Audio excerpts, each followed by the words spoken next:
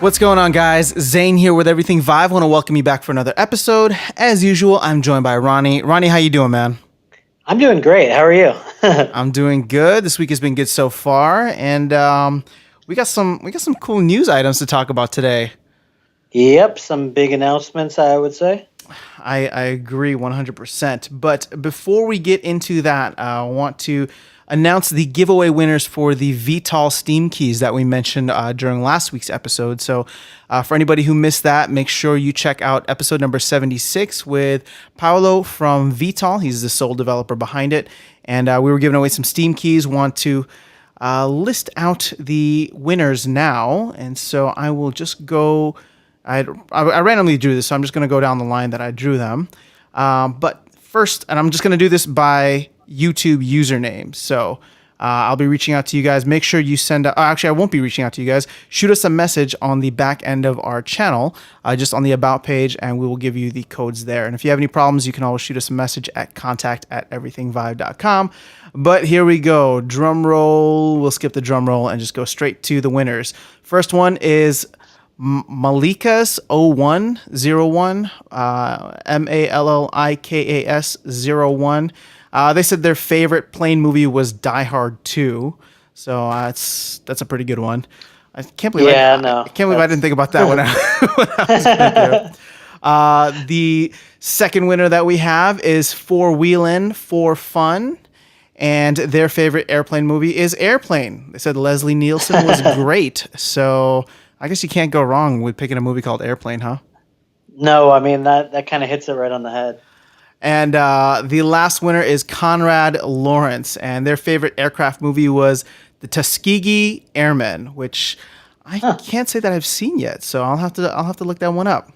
But I'll go through the names again. It's Mallikas01, For Wheelin' For Fun, and Conrad Lawrence. Congrats, guys. Make sure you shoot us a message, and we will get you those Steam keys so you can jump in and start piloting and doing all the fun stuff we were talking about with VTOL. I don't know what it says about me, but when I think of my favorite airplane movie, the first thing that comes to mind is Con Air. Oh, so that's what I recorded in the pre-roll for the last episode.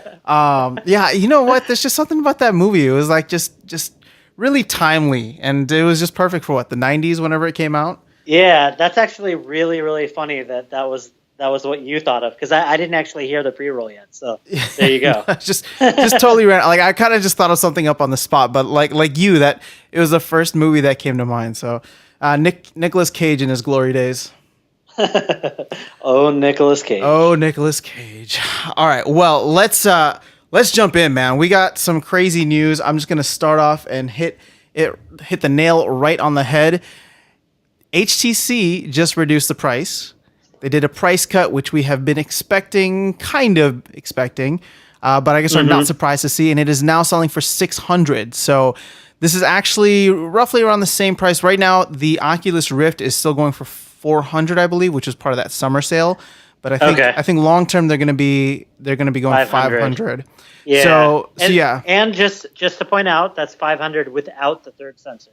$500 without the third sensor. Oh, okay, good. That is a very good point. Yeah, that's because it's not room scale without the sensor. No. So I mean, for practical purposes, the Oculus is going to be $500. The Vive is going to be $600. But technically, you could say room scale, they're equal pricing. And still, I mean, regardless, that's really, really good news, because I think a lot of people were saying that, a lot of people were kind of hypothesizing that there were a lot of reasons for why Oculus would want to lower the price of the Rift, and a lot of those reasons didn't necessarily apply to the Vive. I mean, stuff like, the ongoing litigation against Oculus and the things like that was never confirmed. I think there's a lot of people, like you said, just hypothesizing. Exactly. No, that's why I say hypothesize. But given all the weird rumors, and I mean, they weren't really rumors per se, but what people's thoughts were, and just the fact that the Oculus didn't seem to be doing as well as many people may have hoped. People were kind of pointing to that as maybe why the price had dropped when it did. But now that the Vive is also comparable, I mean, I think it's kind of a better. I mean, I suppose some people could look at that and say, oh no, like all of the headsets are not doing so well. That's why they had to lower the price. But I don't really think that's the case. I think this is the natural progression of where we'd expect these products to be, in this late in the life cycle. And, it's a really good thing that the price is going down. So hopefully there can be some key releases here in the next few months that'll get people, to move on that price point and actually pick up new hardware. I think you're referring to or alluding to Fallout 4, right? Possibly. As a quote unquote key release. Yep. No, man. Yeah, this is really exciting. I really felt the hit of it, and I mean, I'm already an owner, but I was just like, how can it's? And I would see these posts on Reddit all the time, and I'm just like, how can you? Like the Vive isn't twice as good. I know I'm saying blasphemy here on the Everything Vive podcast, but the Vive isn't worth twice as much as the Rift in terms of like the experience that you get.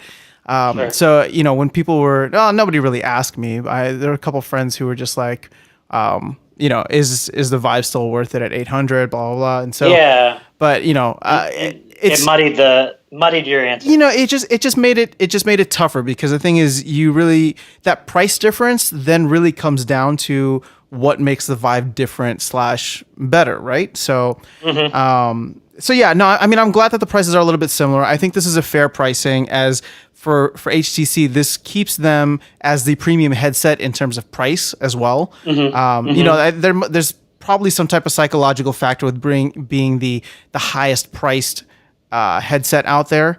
People look at it and they're just like, well, if it's priced higher, then it's probably better. Yeah, I'm just talking about the totally irrational consumer mindset that all of us have sometimes. You look at something and you're just like, oh, well, there's probably a reason that it's priced a little bit higher. But yeah, I mean, I'm glad that they did it. I don't know the reasons for Oculus. I don't know the reasons for HTC, and I'm sure those are being very quietly whispered in back rooms and conference rooms at those respective offices. But whatever the case might be, we don't know the numbers yet. But I did have not a fear, because I still want VR to succeed, but I wanted HTC to retain and actually grow its market share in terms of like the VR space. And so I didn't want it to fall. I didn't want the platform to fall behind. No, I agree. And the only I you can never really be disappointed in a price drop, because from the consumer standpoint, being able to get something at a lower price is good no matter how you slice it, really.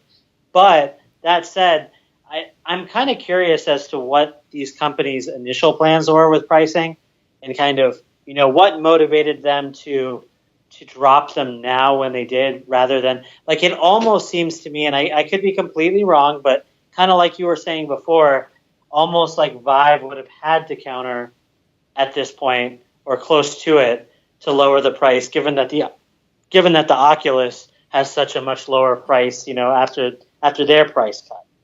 So like I almost feel like if you were HTC in that scenario, I mean, yeah, you could just sit and wait and be comfortable with the price point you're at, but at some point you kind of have to look at the market and say, okay, if someone's legitimately interested in buying a new premium VR headset, there's just too big of a disparity here, and the products are too similar to leave the pricing that different.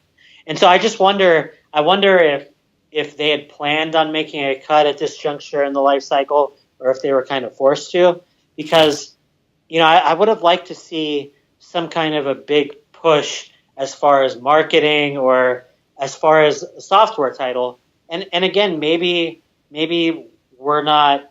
But then again, I don't know. Maybe we're not, in the mass market enough to see kind of what some of those pushes might be. But I mean, for me, I think the next step is for these companies to really attack the mainstream in a more in a bigger way.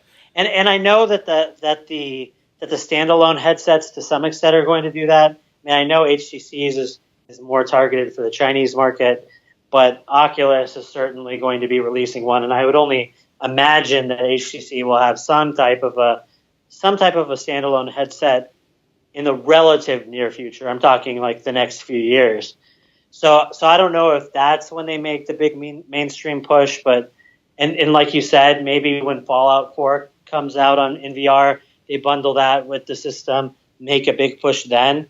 But I just, it would have been nice for there to be kind of a watershed, something new and exciting that really, like a big release, doubled up with the price cut that could really get people that were maybe on the fence, or even not on the fence, people that hadn't really thought too much about VR, get those people all of a sudden to take notice because, the price looked reasonable and there was something that they really, really wanted to play. So that's the only thing. Again, not to say that it's not an amazing thing, because it is. I'm sure there's going to be tons of people out there that are excited to pick up Vives now that the price is lower. However, I just think it would have been, nice to kind of couple that announcement with some kind of a big release as well. Yeah, no, I'm with you 100%. I think one of HTC's biggest Achilles heels with the Vive has been their marketing efforts.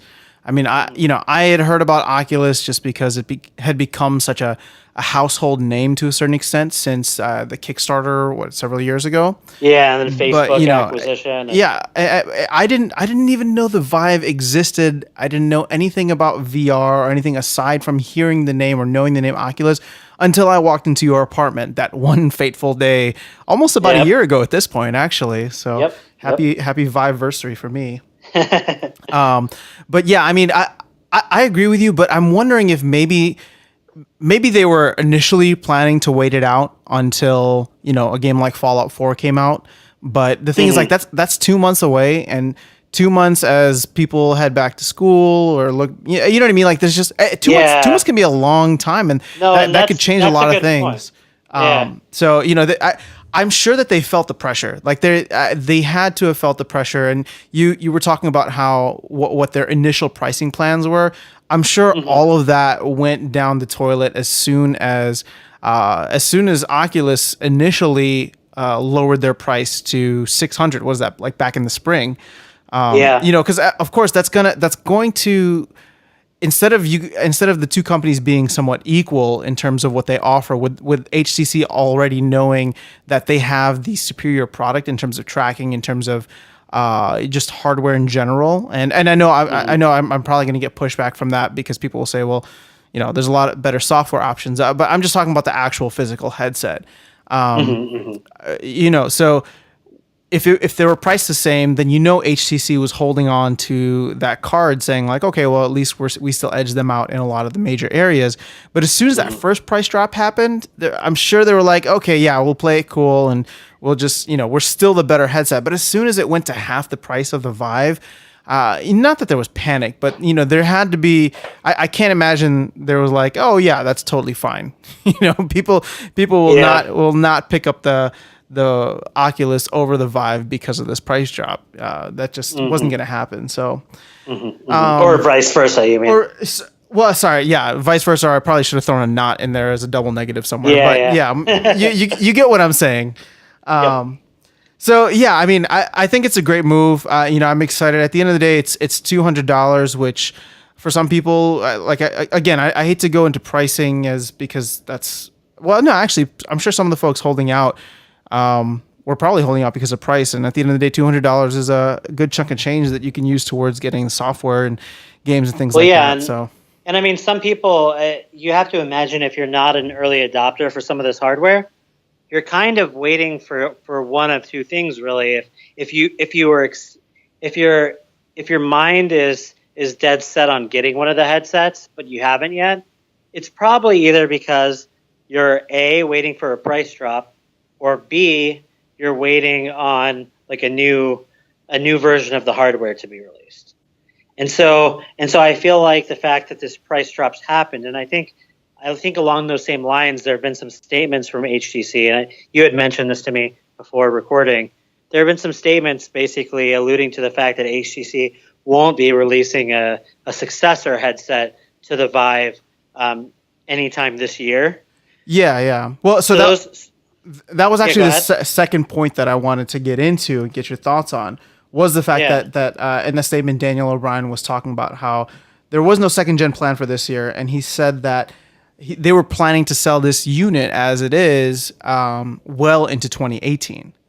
So sorry, I totally cut you off, but go ahead. No. But that's exactly. So, I mean, in light of those two things together, I think there's potentially a decent chunk of people out there that would be interested in picking up a Vive now. Because like I said, let's say, I mean, if you were on the bandwagon right before the initial hardware released, you pick it up, you feel like you're getting maximum value out of that $800 that you put down for this brand new virtual reality technology that no one's ever seen before. 6-7 months, a year in, the further and further it gets, if you're not paying less than people paid initially, you're thinking either a price drop is coming and I should wait, or you're thinking maybe I wait to the next iteration of the hardware, because you've kind of, there's already been that significant amount of time that's passed since the initial release. And so I feel like by not doing anything with the pricing, to some extent, there's going to be people out there that are going to kind of, potentially hold out longer. When you make a price drop like this, along with an announcement that kind of doubles down on your commitment to the hardware platform that's already out there, I think it can be very encouraging to people that haven't jumped on board yet, because, people can go out now and buy an HTC Vive for $600 and feel confident that they're getting $600 worth of value from that hardware, that they're getting the best VR headset available, and that's going to be the best headset available for some time, at least from HTC. And really there hasn't been any strong indications that any of these other companies that have been alluding to releasing headsets like Microsoft or LG or these others, there's no indication that those are really going to, pop up in the near future and all of a sudden, overshadow the amazing work that HTC has done.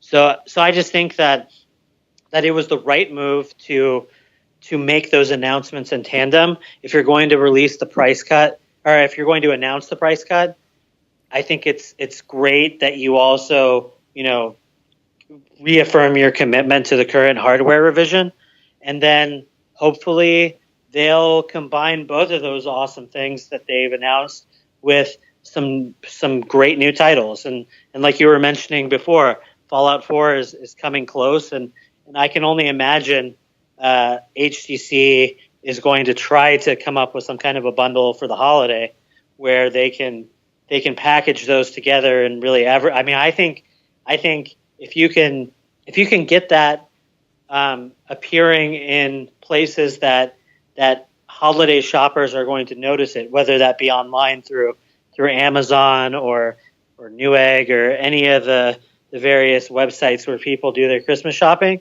I feel like people know what Fallout is, and if they see a decent price, that could potentially be a big seller. So, yeah, there's going to be a lot of interesting things to follow as we head into the holiday season. I'm glad you mentioned that, just because we're talking about marketing earlier, and I feel like coming out of last year, when people were looking at the numbers, there was a lot of talk into like, how did people do over the holidays, right? And it was like really the first year of VR, because you had 3 systems launched that year, with the cheapest one and most recent one being the Sony PlayStation, which obviously outsold due to its price and due to the fact that people had compatible hardware, didn't need a brand new computer for it, or a VR ready computer.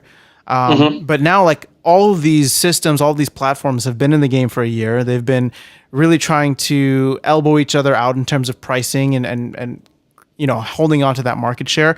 I'm really, I don't want to say excited, I don't think that's the term, but I'm really curious to see how this holiday season goes out. And I know we're still 5 months away from December, but I'm sure all of that holiday planning is happening in offices now, if it hasn't already. So, yeah, I mean, I'm hoping that the Vive can pull out some stops and really get some great titles and just get in the hands and homes of more people, because I have several friends who have tried it out and have expressed interest in getting it, but they, like you mentioned earlier, they're like, you know what, I'm ready to pull the trigger, but I think I'm just going to wait until Gen 2.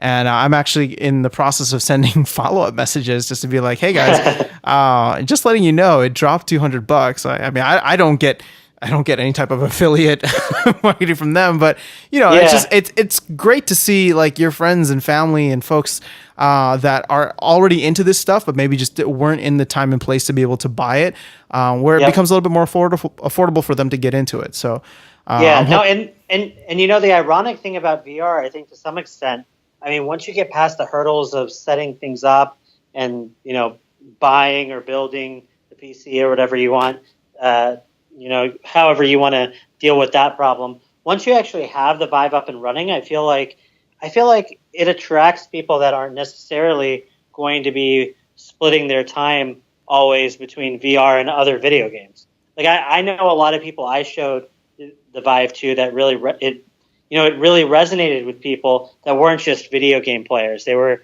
kind of people from all walks of life. So if anytime you can spread the word that there are price cuts on these things, maybe some of these types of messaging isn't getting to them, but I think that some of those people might be the very best crowd suited for, to take advantage of VR once it becomes more mainstream.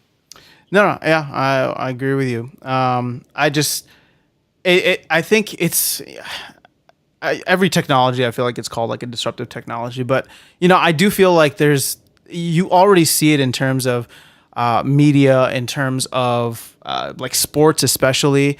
I feel like we're just at the tip of the iceberg, and it remains to be seen exactly how this technology, in conjunction with augmented reality as well, how that'll be used and utilized in both entertainment and business. But overall, I just feel excited because I feel like we're at the tip of the iceberg, and I feel I feel like I'm finally an early adopter for something. That's never been the case in my life. So. Because it's one of those things, like, you don't know when it's going to happen or what's going to be the tipping point, like you said. But, like, sooner or later, anyone that's tried it just knows that this technology isn't going to stay as small and secret as it is for long. Like, I say secret, but you know what I'm saying. Even though there's, anyone can go out and purchase a Vive if they have enough money and willpower to do so. We all still feel like we're a relatively, close-knit kind of small community, and that we're kind of in on the secret that the general public hasn't caught on to yet, which is that, there's this powerful technology called virtual reality that, many people may have tried, a Samsung Gear VR, but they don't really know what real VR is like. Come over to my place and I'll show you how amazing technology really is. Yep. And so, so it's interesting just to, we all know, or we have a strong faith that this stuff isn't going to, it's going to have a large impact. And so the question is exactly when that's going to come and what form that's going to be. But if just to continue on this tangent a little bit longer, I would almost make the argument that I think we're at about the tipping point now in terms of like people's perception of VR. When it actually becomes mainstream, I would say is when the hardware can become much more affordable. So, I mean, when Oculus is talking about their $200 standalone headset next year, I think that could be a major, physical tipping point for VR getting in the hands of the many and the masses. But just looking at it, this year, and I'm just going to look through one lens, which is like pop culture. But, I don't know if you watched the show Silicon Valley, or even like the most recent episode of Ballers they featured some small segment on like VR where it's about like the NFL, and they they were showing how VR could help players train during the off season by putting them That's like cool. in situations. Yeah. So, I mean, it's here in pop culture. The movie Ready Player One will be coming out later this year with Steven Spielberg directing it. So, Yeah. like this, like it's here in pop culture. People know about it. They're aware of it. And I think really it's just a matter of the technology catching up fast enough to be able to price affordably for most folks. And I think that'll start coming next year, since we're already hearing about these plans for, $200 standalone headsets for Oculus. And I don't know the pricing for HTC, but they're planning something for China. I can't imagine that it would, if it's successful there, they wouldn't pass that along or spread it out to Europe and the US. So, you know what I mean? Like we're there in terms of like the culture. We're there in terms of like people's readiness and eagerness. I think it's just a matter of getting the technology affordable enough and good enough where, it can be powered without a high end computer. It can be powered, or it's not tethered with wires. Like, like, and I don't know. It's just, I feel like, I agree with you. I feel like we're there already. Yeah. And to all the VR haters out there who are saying like, oh, it's just another fad. Now, I mean, I think we were well past the fad, the fad stage, or where we're confirmed past the fad. Does that make sense? Yeah, no, it does make sense. And like even just looking at the title, like past few months or weeks that we've been reviewing games, I can legitimately say that I'm becoming more and more like, I think there was a point where you were seeing a lot of repetition in the games and titles that were being released. Yeah. Where, oh, it's just another wave shooter, or oh, I've seen this before, and this isn't really adding that much, blah blah blah. Like you saw some weeks of releases like that, but I can genuinely say now that there's a decent number of titles out that all have something very powerful and unique to show players. I mean the game I played today, for example. I mean, I more and more, even as a person that's been playing VR since the Vive first released, and even before that, there's still games that are coming out that legitimately impress me with new concepts and just that feeling of being immersed and being in your environment, And I think if we're continuing to have those types of kind of awe-inspiring, presence-filled, like awesome experiences in virtual reality, then I think it's something that the general public will be super excited to get into as well. Yeah, no, I agree. And since you mentioned game, let's or the game that you played, let's well, actually, no, I don't want to transition to that just yet, because there are a couple more notes that I had here, and these are just kind of I guess they're just a couple of notes. So just to follow up, the price cut is now $600. It does come with a free month of Vive port. So I mean, let's be real, that's $7. So it's not the most it's not the most appealing thing. But Viveport is a cool service, and I'm sure they're trying to get people hooked into it from the start. Sure. Which, what, if you're just starting out, I know I see these posts all the time for people who just get or have just recently gotten a Vive. There's a ton of free stuff out there that'll fill your time. But for $7 or for a free month on Viveport, you can get 5 titles that would probably cost you, anywhere. Well, I don't know, because the titles are all priced differently. But there's definitely some good titles in there. And so getting a free month of that, or even paying $7 a month to really start experiencing stuff, is probably not a bad idea. Do you know, did they get rid of the other bundles that were included previously, or no? You know what? There was no mention of that in anywhere that I checked, but I'm sure stuff still comes bundled with it.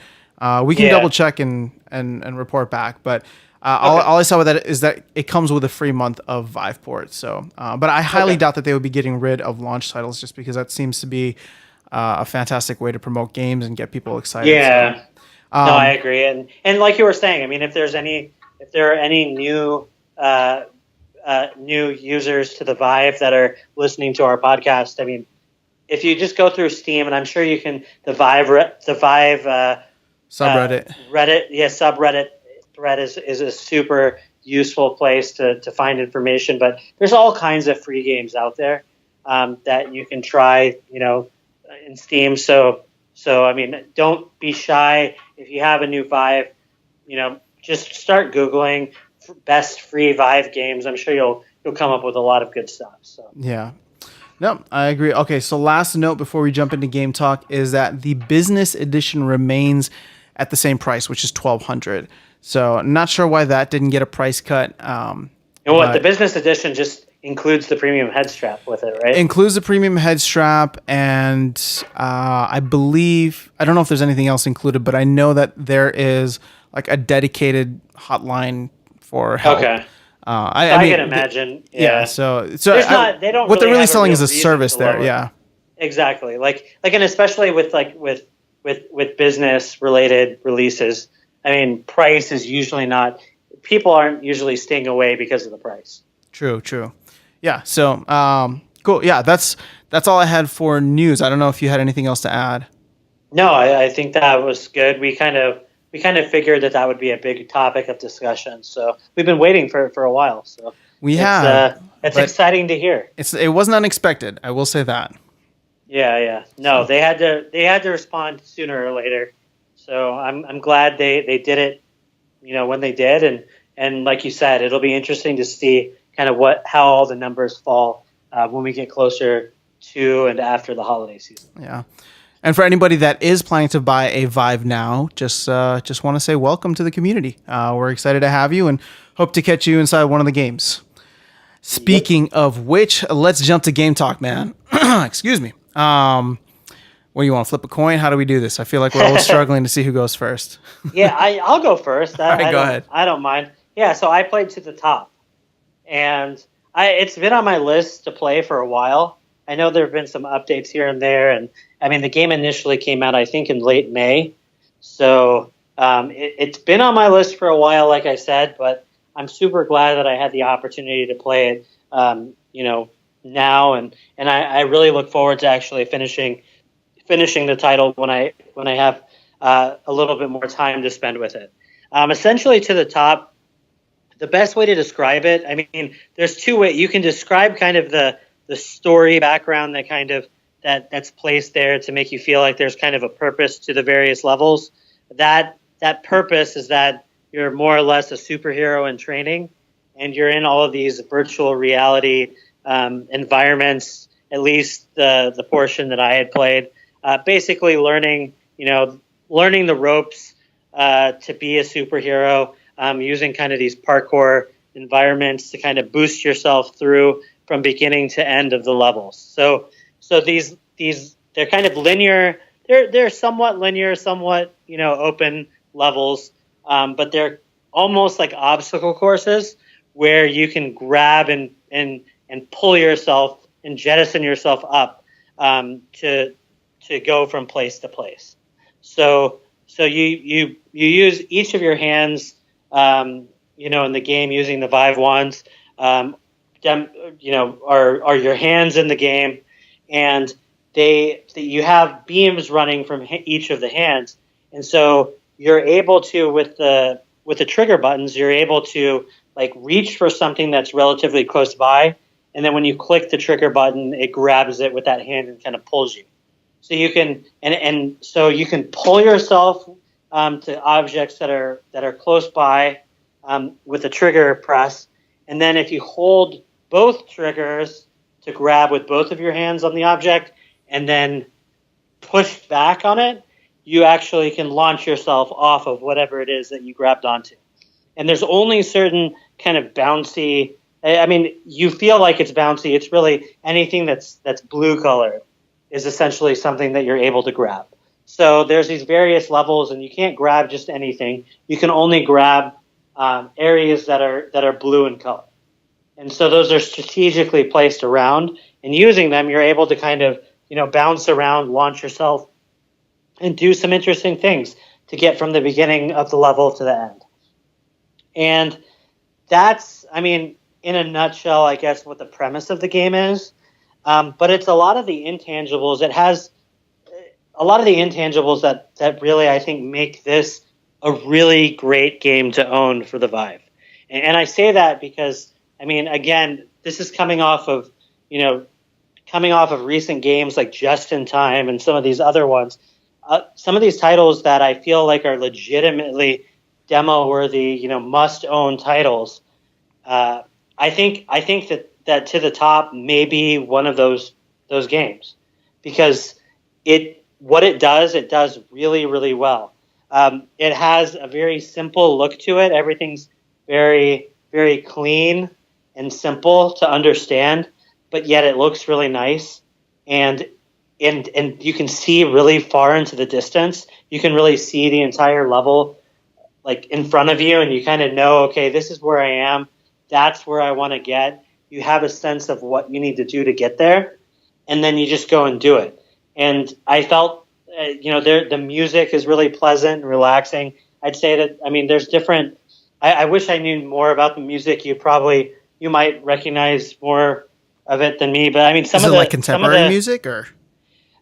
Not contemporary per se, but I mean, some of the, like, again, I don't know that much about music per se, but some of the tracks actually sounded like they might be licensed.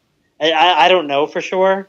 They might just be like small bands that the developer had access to or what. But I mean, like legit music. I mean, there's definitely kind of like a rock track at the beginning level that I played, and later there was kind of like a more electronic beat going on in one of the other levels. But like each of the tracks kind of had a different mood to it, and I thought it did a really good job of kind of setting the tone for the level, because a lot of these levels are, I mean, you're supposed to be kind of speeding through as fast as you, because everything's on a timer, and you can take your time and you just get a slower time.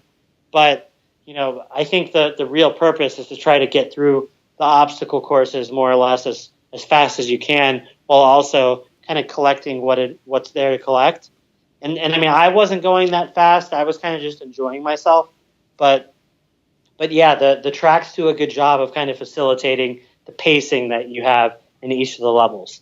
And then that's actually really cool that they went ahead and got some music or licensed it somehow. No, that's what, like, I can definitely, like, that's one of the things as I was experiencing it was kind of like, man, I wish I had a little time to kind of look into who, like, I mean, for all I know, maybe they're not licensed out, maybe they're just people, but like they were very professional sounding, like, cool pieces of music.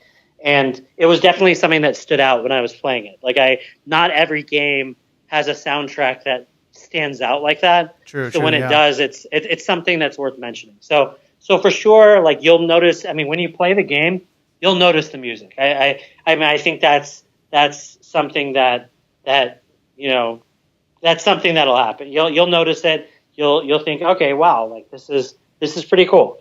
And then, like I said, the visuals do their job, and they do their job really well. And then none of this stuff would hold up, like I'm talking about, if the mechanics weren't solid. And I think that's really where this game excels, is that you really feel like once you get the hang of the controls, you do feel like they're doing what they're supposed to do. They're very responsive, and you really feel like if you're doing your job, you're going to be able to get to do some pretty cool stuff. I mean, I really like the feel of pulling and bouncing off of things as you're moving up and down all of the obstacles, because you really do feel like as long as you pull with the right momentum, that you can get to a place, and like you feel like you're able to traverse these big levels just fine. And then, and ironically, the faster you go, the more secure you feel, because if you're keeping all of your momentum going from blue object to blue object, you can get to the next blue object, I guess. So if you're maintaining your momentum, you're going, like you feel this sense of, okay, like I'm, you're getting through this, like nothing's going to stop me, kind of thing. It's when you mess up or you miss something that you start to get a little worried, because when you lose that momentum, all of a sudden you're not sure if you're going to make it to the next object that you're able to grab.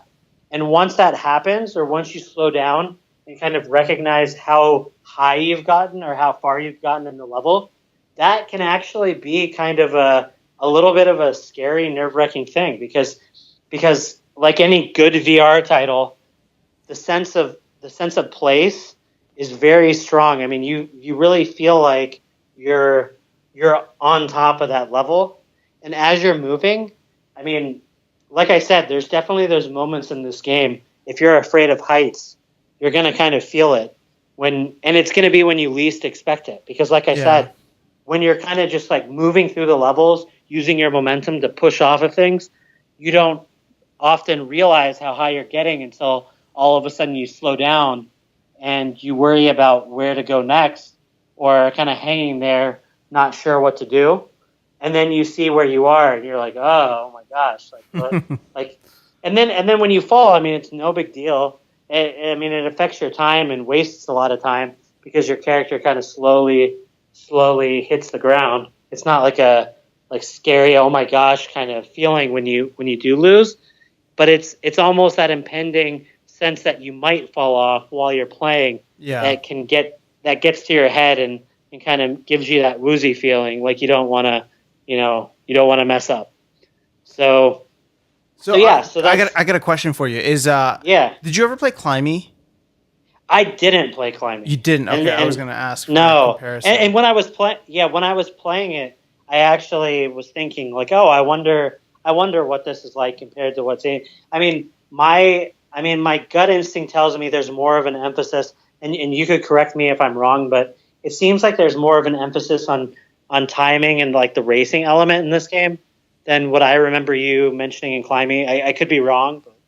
No, it definitely seems like the way that you describe it as an obstacle course definitely differentiates it, I think, a little bit. Not, that's a game that's been on my list for a while too. So now that you've played it, I'm going to try and make sure I get some time in there as well. Mm-hmm. But yeah, no, Climby, I mean, there was, you were timed, but that wasn't like, I don't know. I never really felt pressured by the time. So, and it was really just like climbing. Yeah, no, the best way to describe it, I mean, it definitely, I mean, it's grabbing things. It's going to be similar to climbing games, but I'd say just as important as it is to grab things, I think it's more important to bounce off of things. So that's an interesting aspect to it that I don't think I've seen in another climbing game. And it kind of reminded me a little bit of the game we played that's coming out from the folks at Survios. Sprint Vector. But Sprint Vector, but different. Like I don't want to make too many comparisons because Sprint Vector also had kind of elements of launching yourself off of things, and it definitely had a really fast sense of speed. This is kind of a mix between the two. Like you definitely get a lot of speed, and I definitely feel like the levels are almost more like obstacle course / racing tracks than they are just like normal levels. But at the same time, they're not as linear and as like, they're not meant to create the sense of speed, I don't think, that a game like Sprint Vector was trying to, implement. Gotcha. Like in that game, you do kind of jump off some stuff, but it's more about player movement. This is kind of more about, like I said, like using the environment to catapult yourself in the quickest and most efficient way to get to the end of the level as possible. So I think all those games that we mentioned, I haven't played Climby yet, but Sprint Vector when it's released, and then also this title, To the Top. I mean, they're all definitely great games to check out. But yeah, speaking about To the Top specifically, it's really, really cool, and the levels can get really crazy really quickly. So that's all I really want to say about some of that. But yeah, just super impressed. And again, one of those, there were a few moments while I was playing it that I immediately thought, man, this is one of those games. Like I think one of these days we need to, I guess we're approaching the end of the year again. So I guess that time, it's going to be that time of the year to try to think of what some of the best games are. But yeah, we'll have to come up with the best of 2017 at some point. Yeah,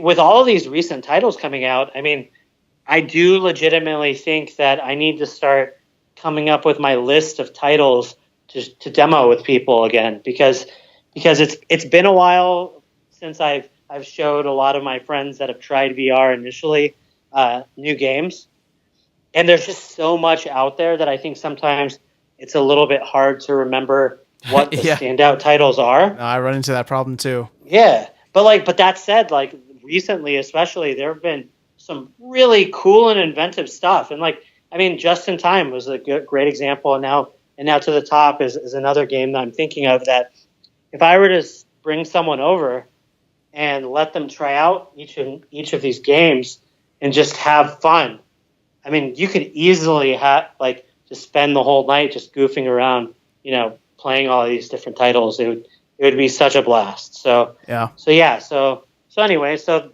that's To the Top, and it's highly recommended for people that are interested in as long as you're not too afraid of heights. Did you get any motion sickness?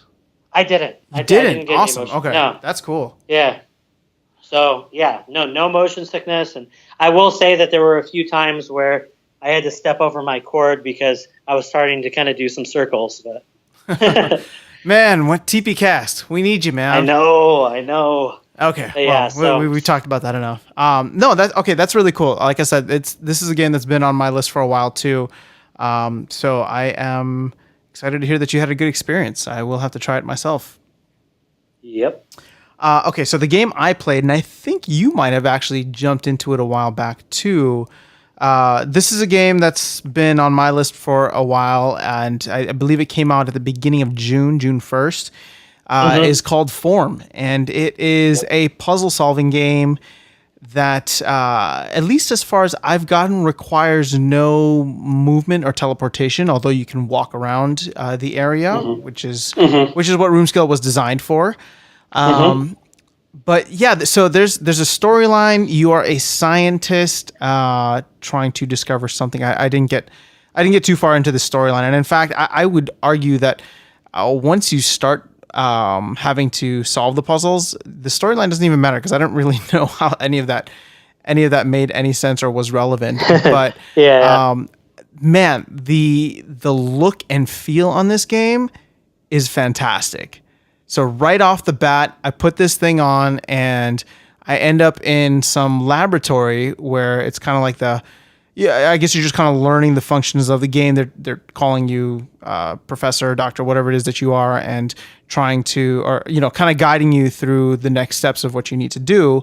So since we're starting to call this out in most of the games, you can play with, I would say 90% of the items that are on your desk, which is nice. There's like an apple and a cup, and you know what I mean? So one that's nice touch.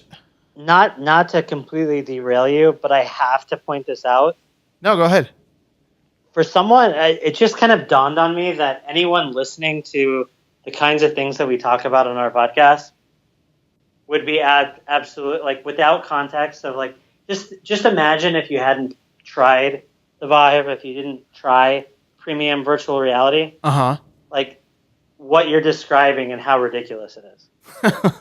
Yeah, I know. Oh yeah, you get to hold things. Like for us, it's totally normal. Like it's because I know how you're describing it, right? And that's a fair point. Titles. Yeah.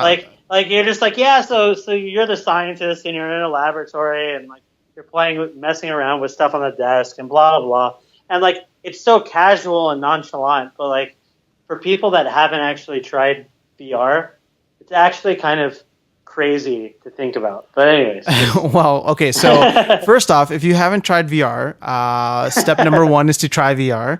Step number 2, I will try to explain this better then and say that. No. You were explaining it in such a great way. Just like for some reason, it just dawned on me like some of the crazy things that we are able to try. I get where you're coming from. I mean, yeah, I don't know how else to describe it.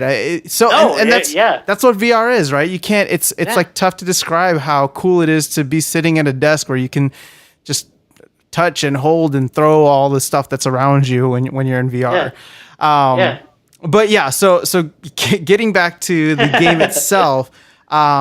The puzzles are really cool. They're very unique, and what I love the most is there's no instructions. I just remember after you get through that initial kind of, it's not a loading screen, but just like tutorial or whatever, where you're listening to voicemails and talking to your computer and stuff like that, and all of a sudden you get transported to where you have to start working on these puzzles, and you just kind of have to figure it out as you go. And I really love that about the game, because not that games that come with instructions and massive tutorials are bad, but it's also refreshing on the other side to get a game where you can just jump in and try to figure it out as you go, and that being actually a part of the adventure, a part of the experience. So that to me was a huge positive for the game. One thing which I wasn't sure if I wanted to make the direct comparison, but I guess I will, just for anybody who's played the game. But if you tried the gallery, this really reminded me of the gallery. And to clarify, it's not necessarily the storyline or being able to travel or teleport to different areas, but really just the sense of polish. And I know we use that word a lot, but everything just felt so smooth in there. And just the gameplay had this like futuristic yet ancient ruins type of feel to it. And so, there's just stuff flying around. So you have since you're kind of like landlocked and you can only stand in one place or stay in one area, if you hold the triggers down, so you use the triggers to grab devices, but let's say there's stuff that kind of just floats around you, which is another cool aspect, because you have all these like little puzzle pieces, and they're all just kind of floating around you, and you can kind of just take them and place them in the 3-dimensional space around you. Imagine something like Tilt Brush, where you're just kind of putting stuff in an area and then waiting to use it later. But let's say something's kind of flying around, or let's say it's gotten beyond the point where you can reach. You just hold the trigger button down, or you aim at it and hold the trigger button down, and it'll kind of zoom back to your hand. So I think that's how they kind of solved for the objects moving around the area. But yeah, like I said, I don't want to give away too much. The puzzles range from easy to actually somewhat challenging, at least as far as I got. And I know that it's going to be even more challenging as I go. But like I said, part of the challenge was figuring out what the puzzle is in the first place. And then once you figure out what the puzzle is, you have to figure out how to solve it. So it's like this 2-step process of fun, for lack of better words. Like it's a really cool experience to be able to figure it out as you go. And then like once you're like, oh, now I get how the puzzle works. Okay, now like I'm rewiring my brain, knowing that such and such pieces actually mean this, or you know what I mean? So yeah, and I feel like I'm coming off as very vague when I'm describing it, but I guess it's one of those games where it's very difficult to describe. And I think you had a chance to play it, so I don't know, maybe if you can shed some light on your experience with it too. Yeah, I mean, I didn't get that far just because I'm not super great at puzzle games, and I kind of got stuck. So I needed to look up what to do next, and I just hadn't gotten around to getting back into it yet. But I mean, one of the things that really struck me, number one, as soon as I played, even though I did get stuck, I knew that this was a game I needed to keep playing. And it's a game that I know is very high quality. I just need to get past that part. Because really, I mean, it leaves a very, very strong impression. Like I can't say enough how kind of mesmerizing some of the environments were. And kind of like what you said, I mean, at first you're in the laboratory and it has kind of a very, real world, like futuristic, but real world kind of feel to it. But once things get going and you're kind of transported into this new area, everything is just kind of, very strange and surreal, and you're in a very unique environment, but everything looks just stunning. And it looks really convincing, but also kind of surreal, like I said, and just kind of otherworldly is maybe a way to describe it. And the puzzles have a similar feel in that the aesthetic kind of carries through to everything that's in the game, like all the various structures that you're interacting with and all of that sort of thing. So that was just something that really impressed me. And like I said, all the bells and whistles, I don't think people would traditionally think of like a puzzle game as being something that would be visually so striking, but with form in particular, it's something that I think really makes it stand out from the crowd. Yeah, I mean, we've played a lot of like escape the room type of games, which are good. I'm not trying to knock on those, but this just had a different feel to it overall, a different vibe, and like you said, it's the visuals, it's the mechanics of how you interact with the environment, and yeah, you know what I mean? They're intuitive, but then also complicated at the same time. Like is kind of the best way to like you start messing with something and it seems like it's going to be easy, and then you realize that the puzzle's actually kind of more complicated than you initially thought. Yeah. I don't know if that's and there were multiple times when I was playing that I kind of felt that way about it. Yeah, I mean, there were times when like the puzzle was actually easy. It was just figuring out what the puzzle actually was that I would get tripped up on. And I mean, like I said, I think I made it through the first level of the game. And then it kind of went to like a blank screen. Actually, the game crashed, so I'll have to look at my computer and make sure nothing's going on there. But yeah, I mean, aside from that, like I said, I had a fantastic experience with it. And like you said, I mean, I want to see where it goes. I mean, yeah, the storyline, I didn't feel like it was fully featured, or I didn't really get into it, but maybe that's because I just haven't gotten as far into the game as I need to. And you know, I'm a sucker for storylines. Like I went back in the day when I used to play those old computer games, I would just hit the cheat codes because I just want to know what the storyline is. So I'd like go all the way through just to. It was all about the narrative for me. Yeah, it's funny you kind of mention that because I've been seeing more and more titles make attempts at storylines, but I haven't seen that many titles be successful at kind of pulling it through from beginning to end. Like a lot of the games that we've played that kind of feature narratives tend to be kind of narrative heavy at the beginning and in the tutorial phases.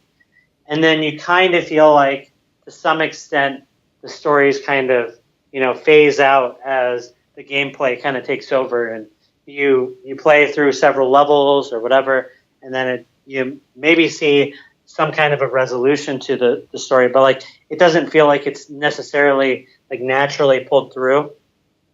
And so, I mean, again, not to bring it up again, but Just in Time was, I guess, an example of a game that kind of took a thin approach to story, but the narrative kind of felt seamless throughout the game. Like I'd just be interested to see, how the narrative gets pulled back into form, and then also just in general, I feel like that's something for people that are working on titles out there to kind of be cognizant of.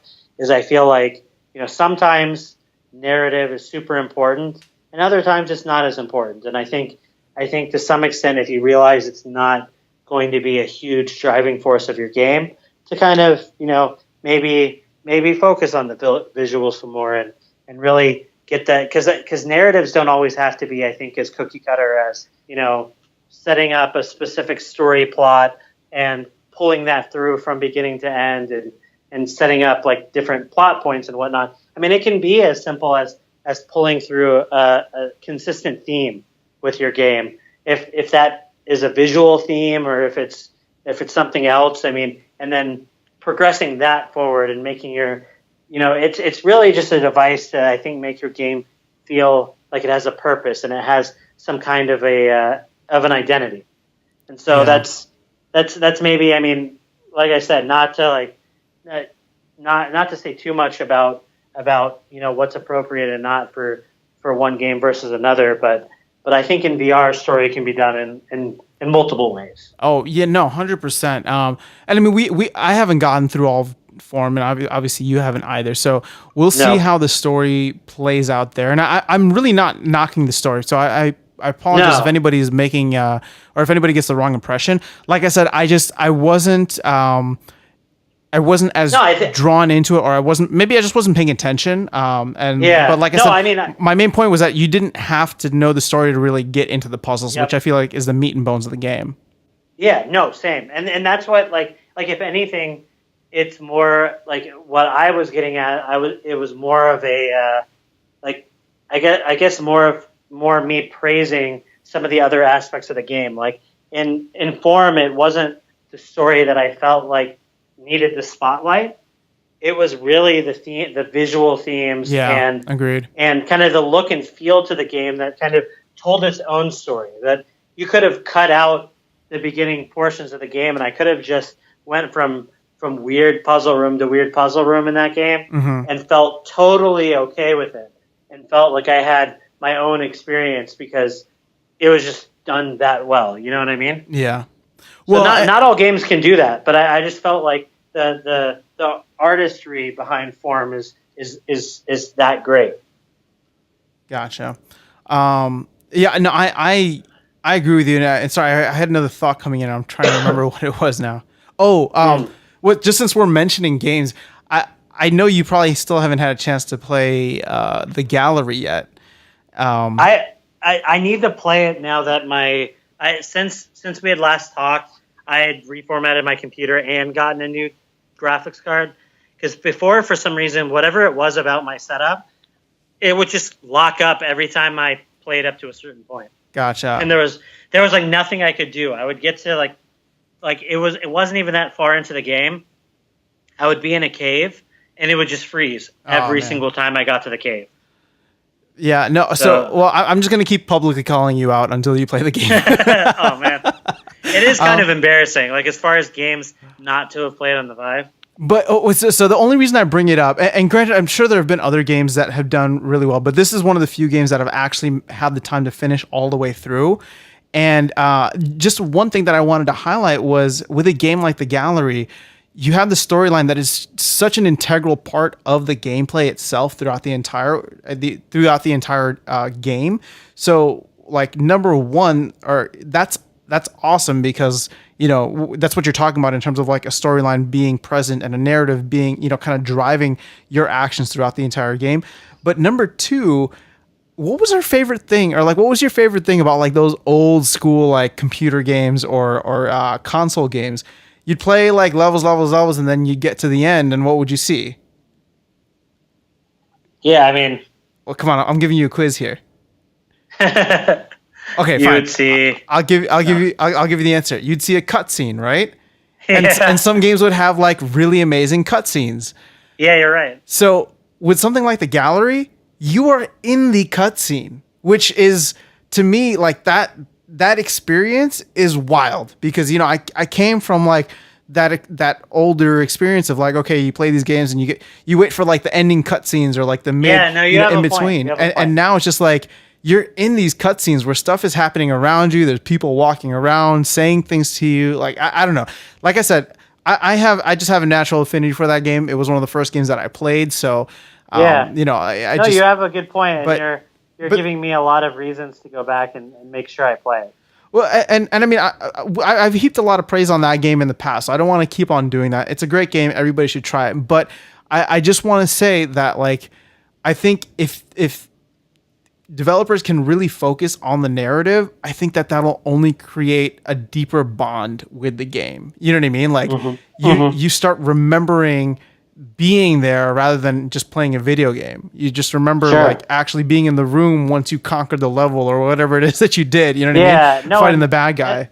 And like you were saying, if done right, VR has such a powerful impact of making you feel like you're actually there, and really, it's that much more powerful, I think, when done correctly. Yeah.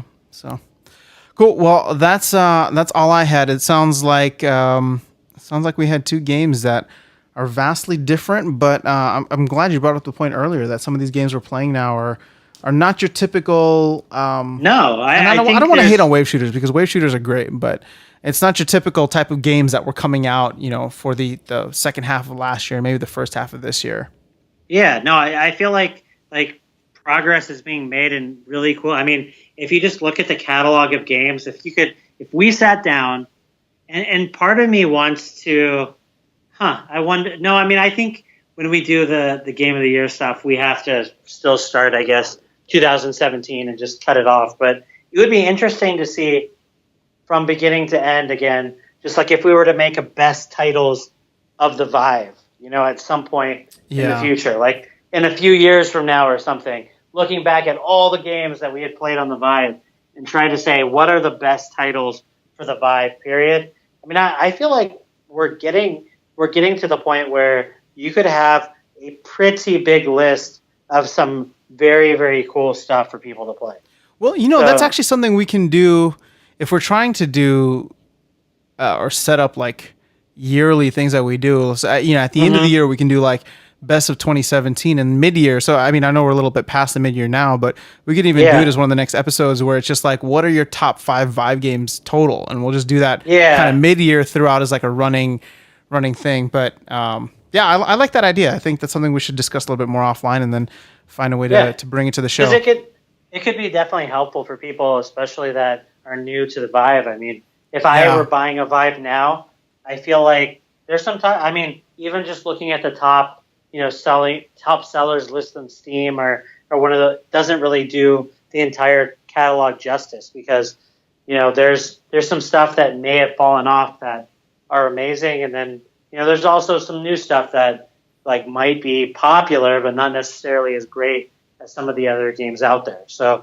I just think that we're getting to the point where I mean, when you judge other consoles, let's say, like when you judge consoles based on the games that are out, you kind of look at everything that's been released, and like especially looking back to consoles that are kind of long gone, and kind of judging how successful they were. Well, one of the criteria is just looking at the game collection, and if you were to own this system, what are the games that you could play on it? And I feel like viewing the Vive from that approach, I'm starting to think if you want to shell out the money for a Vive, you're going to have quite a bit of value. Like you're going to be able to play a lot of really cool things on the Vive if you get one today. Yep. So just something worth mentioning, I guess. No, I agree with you, and I'll encourage everyone who responsibly can afford to get a Vive and wants to get a Vive. You should totally do it.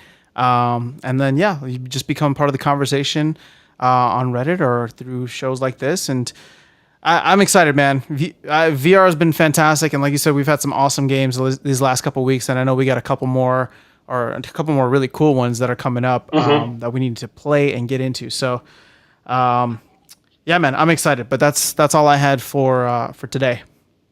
Yeah, no, I'm good as well. So it was a fun episode. Yep. Cool, man. Well, I will catch up with you later. For everybody listening, hope you enjoy. Hope you have a great rest of your week and weekend. And we will talk to you guys again very, very soon. Take care.